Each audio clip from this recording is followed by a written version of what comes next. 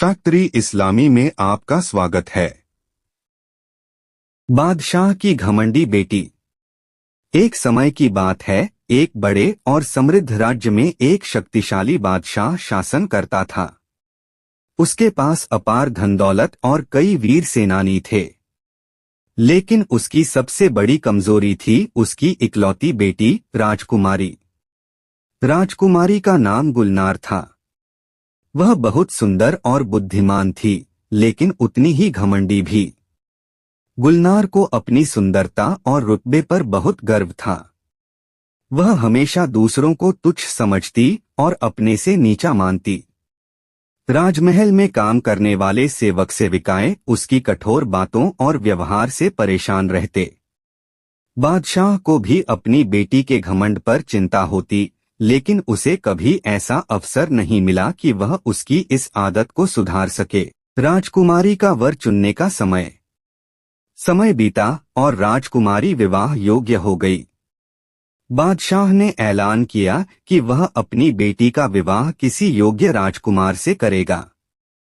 कई राज्यों से राजकुमार आए और अपनी योग्यता प्रदर्शित की, लेकिन राजकुमारी सभी को तिरस्कार की दृष्टि से देखती।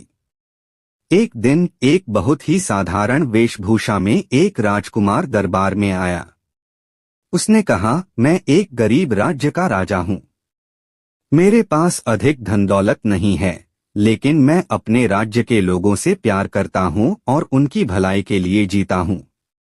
राजकुमारी ने उसकी बात सुनते ही ठहाका लगाया और बोली, तुम जैसे साधारण और गरीब इंसान के साथ मैं कभी विवाह नहीं कर सकती। तुम मेरे लायक नहीं हो।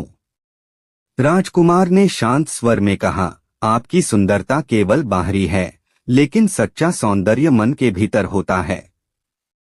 गुलनार ने उसकी बात पर ध्यान नहीं दिया और उसे दरबार से बाहर निकालने का आदेश दिया। घमंड की सजा। राजकुमार, जिसे राजमहल से अपमानित होकर जाना पड़ा, एक महान संत के पास गया। उसने अपनी आप बीती सुनाई। संत ने उसे धैर्य रखने और सही समय का इंतजार करने को कहा। इसी बीच राजकुमारी के राज्य में एक बड़ा संकट आया। फसलें सूखने लगीं और लोग भूख से तड़पने लगे।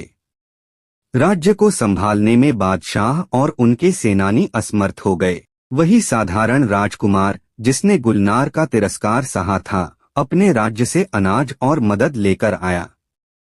उसने भूखे लोगों को भोजन दिया और राज्य को संकट से बचा लिया। गुलनार, जो पहले उसे कमजोर और गरीब समझती थी, अब उसकी उदारता और निस्वार्थता देखकर हैरान थी। उसे अपने घमंड पर शर्म आने लगी। उसने महसूस किया कि सच्चा सम्मान धन या सुंदरता में नहीं, बल्कि दयालुता और सेवा में है। परिवर्तन और नया आरंभ। गुलनार ने अपनी गलती के लिए राजकुमार से माफी मांगी। उसने कहा, मैंने आपके गुणों को देखने के बजाय आपकी साधारण वेशभूषा पर ध्यान दिया। यह मेरी भूल थी। क्या आप मुझे क्षमा करेंगे?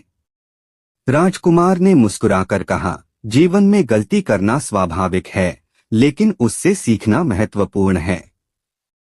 मैं आपकी माफी स्वीकार करता हूँ। बादशाह ने राजकुमारी और उस साधारण लेकिन महान दिल वाले राजकुमार का विवाह धूमधाम से किया। गुलनार ने अपने घमंड को त्याग दिया और अपनी प्रजा की भलाई के लिए काम करने लगी। सीख। यह कहानी हमें सिखाती है कि घमंड इंसान का सबसे बड़ा दुश्मन है। सच्चा सम्मान बाहरी सुंदरता में नहीं, बल्कि आंतरिक गुणों और दूसरों की सेवा में है।